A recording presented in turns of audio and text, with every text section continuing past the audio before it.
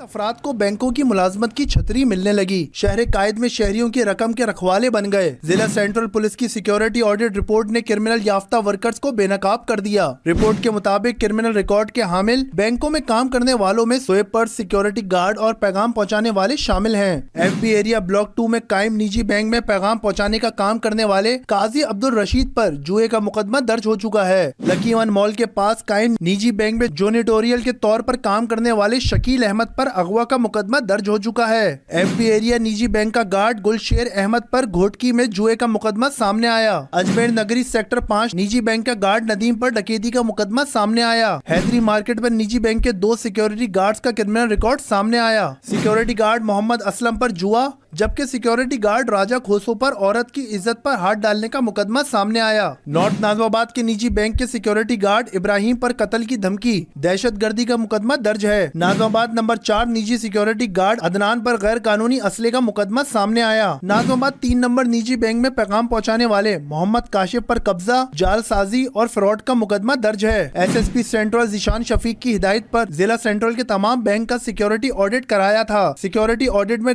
تلاش ڈیوائس کا استعمال کیا گیا تھا. تلاش ڈیوائس کے ذریعے تمام کرمنل ریکارڈ سامنے آیا ہے. میئر کراچی مرتضی وہاب بلدیہ عظمیٰ کراچی کی زمینوں کو قبضہ مافیا سے واگزار کرانے کے لیے متحرک ہو گئے. تمام بس ٹرمینلز، آئل ٹرمینل اور ٹرک سٹینڈ کو قبضہ مافیا سے واگزار کرانے کے لیے گرینڈ آپریشن کا حکم دے دیا. پہلے مرحلے میں ماڑی پور ٹرک سٹینڈ پر آپریشن کیا جائے گا. پروجیکٹ ڈائریکٹر ٹرمینل محمد فیصل رضوی کا کہنا تھا کہ ماڑی پور ٹرک سٹینڈ کو آپریشن کرنے سے متعلق گوڈز ٹرانسپورٹرز سے ملاقات ہوئی ہے. شیری جناح بس ٹرمینل کو بھی قبضہ مافیا سے واگزار کرائیں گے. آئل ٹرمینل ذوالفقار آباد کو بھی قبضہ مافیا سے واگزار کرانے کے لیے اقدامات اٹھائیں گے. آپریشن کے دوران قانون نافذ کرنے والے اداروں اور محکمہ اینٹی انکروچمنٹ کی بھی مدد لی جائے گی. کراچی کی عدالتوں میں مختلف کیسز کی سماعت ہوئی. تفصیلات اس رپورٹ میں. کراچی میں عدالتوں میں مختلف مقدمات کی سماعت. ایڈیشنل ڈسٹرکٹ اینڈ سیشن جج شرکی میں ملزمہ نتاشا کی منشیات ایکٹ کے مقدمے میں ضمانت مسترد کرنے کا کیس. جوڈیشل مجسٹریٹ کے فیصلے کے خلاف درخواست کی سماعت ہوئی.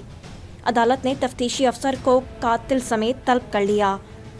ہائی کورٹ میں صوبے میں درسی کتابوں کی عدم فراہمی کے کیس کی سماعت ہوئی. عدالت نے chairman Sindh text book board, secretary education اور سیکریٹری فائنانس کو نوٹس جاری کر دیے. عدالت نے 18 ستمبر تک فریقین سے جواب طلب کر لیا. سندھ ہائی کورٹ میں بجلی کے بلوں میں میونسپل ٹیکس عائد کرنے اور رولز کے خلاف درخواست کی سماعت ہوئی. کے ایم سی کے وکیل عدالت میں پیش نہ ہو سکے. درخواست کی سماعت 24 ستمبر تک ملتوی کر دی گئی. اسلام آباد ہائی کورٹ کے جج جسٹس طارق محمود جہانگیر ڈگری کا کیس. عدالت نے جسٹس طارق محمود جہانگیر کی ڈگری کے متعلق ایف آئی اے کو انکوائری سے روک دیا. عدالت نے پیمرا کو ہدایت دی کہ کراچی یونیورسٹی کے انفیئرمنٹس کمیٹی کے فیصلے کی بنیاد پر خبر نہیں چلنی چاہیے. درخواست کا کہنا تھا کہ جسٹس جہانگیر کے خلاف اس لیے مہم چلائی جا رہی کیونکہ چیف جسٹس پاکستان کو خط لکھنے والے ججز میں شامل تھے. سندھ ہائی کورٹ میں لاپتہ افراد کی بازیابی سے متعلق درخواستوں کی سماعت ہوئی. سرکاری وکیل نے بتایا کہ جی آئی ٹی نے کلفٹن سے لاپتہ رحیم کی جبری گمشدگی طے کر دی ہے. اہل خانہ کے لیے معاوضات منظور ہو چکا ہے. سعید آباد سے لاپتہ سمیر کی والدہ عدالت میں پیش ہوئی. عدالت کو بتایا کہ 9 سال سے انصاف نہیں ملا، کہاں جائیں. والدہ سرکاری وکیل نے عدالت کو بتایا معاوضے کے دستاویزات مکمل ہو چکے ہیں، معاوضے جلد ادا کر دیا جائے گا. سندھ ہائی کورٹ نے voice of Baloch missing person کی جنرل سیکریٹری سمی دین بلوچ کا نام ای سی ایل میں شامل کرنے کے خلاف درخواست کی سماعت. عدالت نے ایف آئی اے، وفاقی وزارت داخلہ، محکمہ داخلہ سندھ و دیگر کو نوٹس جاری کر دیے. عدالت نے فریقین سے 2 ہفتوں میں جواب طلب کر لیا. سندھ ہائی کورٹ میں جوڈیشل الاؤنس کی عدم ادائیگی کا کیس. جوڈیشل اسٹاف نے سندھ حکومت کے خلاف توہین عدالت کی درخواست دائر کر دی. چیف سیکریٹری، سیکریٹری محکمہ خزانہ، سیکریٹری محکمہ قانون اور دیگر کے خلاف توہین عدالت کی درخواست دائر کی گئی ہے. سندھ حکومت منشیات کے خاتمے کے لیے پرعزم. منشیات کی تیاری اور کھپت میں استعمال ہونے والے اشیاء کی فروخت پر پابندی عائد کر دی. سندھ کے سینئر وزیر شرجیل انعام میمن کی ہدایات پر کمشنر کراچی نے احکامات جاری کر دیے. شرجیل انعام میمن نے اس عزم کا اظہار کیا کہ یہ پابندی سندھ میں منشیات کے استعمال کے خلاف جاری ہماری جنگ میں ایک اہم قدم ثابت ہوگی.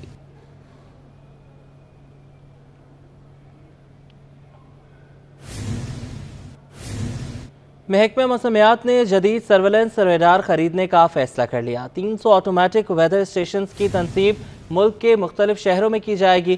اس پروجیکٹ کے تحت کراچی میں 5 سے 6 ویدر اسٹیشنز نصب کیے جائیں گے۔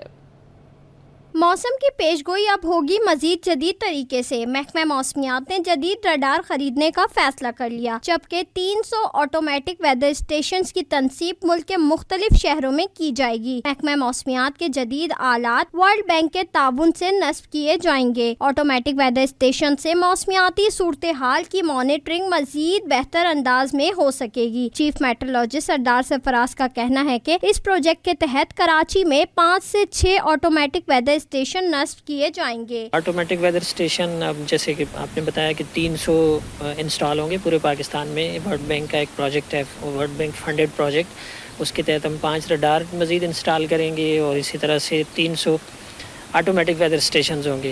اس وقت کراچی میں 2 آٹومیٹک ویدر اسٹیشن نصب ہیں جو محکمہ موسمیات کے دفتر اور پورٹ قاسم میں نصب ہیں۔ سردار سرفراز کا مزید کہنا ہے کہ ہر 50 سے 60 کلومیٹر کے فاصلے پر ایک ویدر اسٹیشن ہونا چاہیے۔ ہر 50 سے 60 کلومیٹر کے فاصلے پر موسم مختلف ہوتا ہے۔ کیمرہ مین اجلان کے ساتھ آئمہ Khan, city 21۔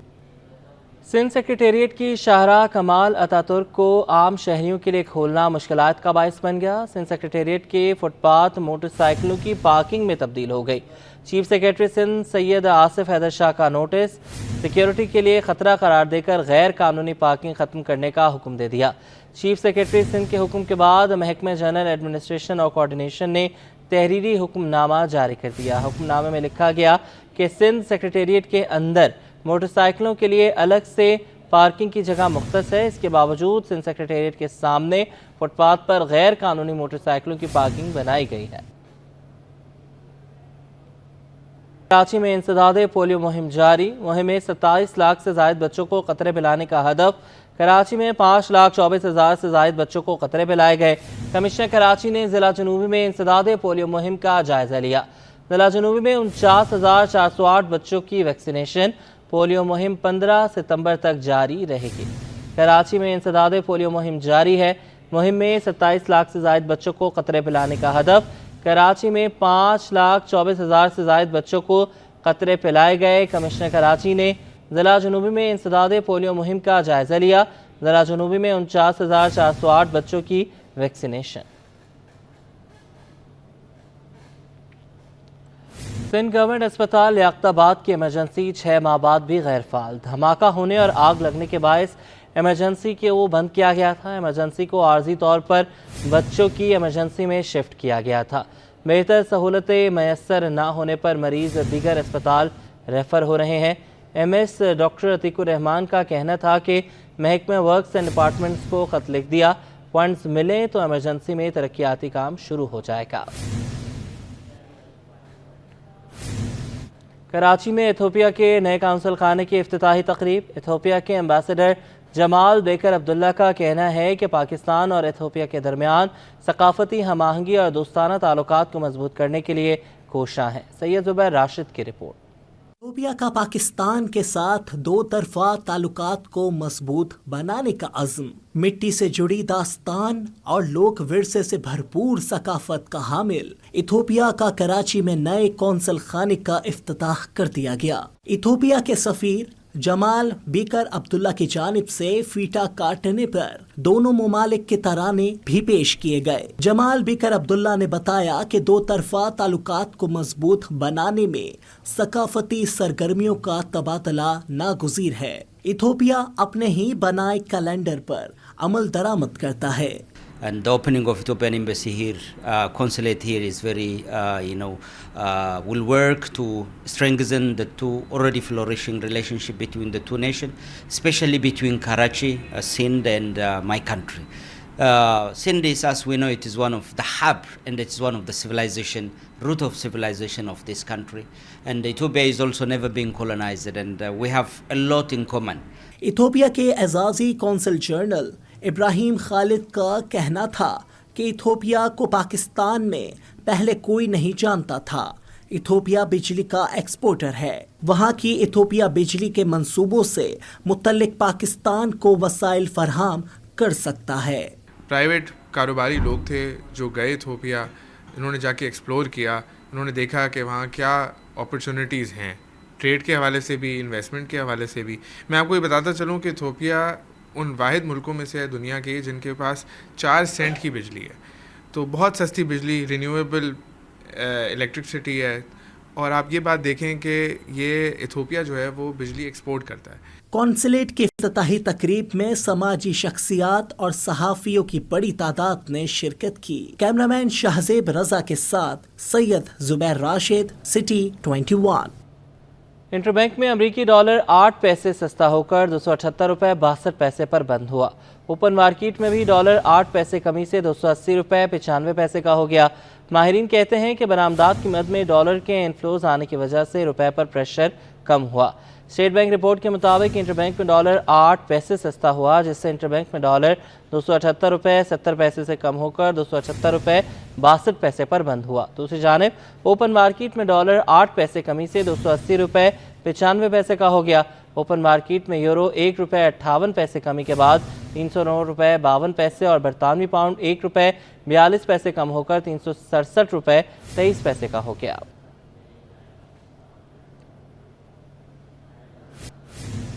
Pakistan stock market میں کاروباری ہفتے کے دوسرے روز تیزی کا رجحان. 100 انڈیکس میں 79,000 کی سطح بحال ہو گئی.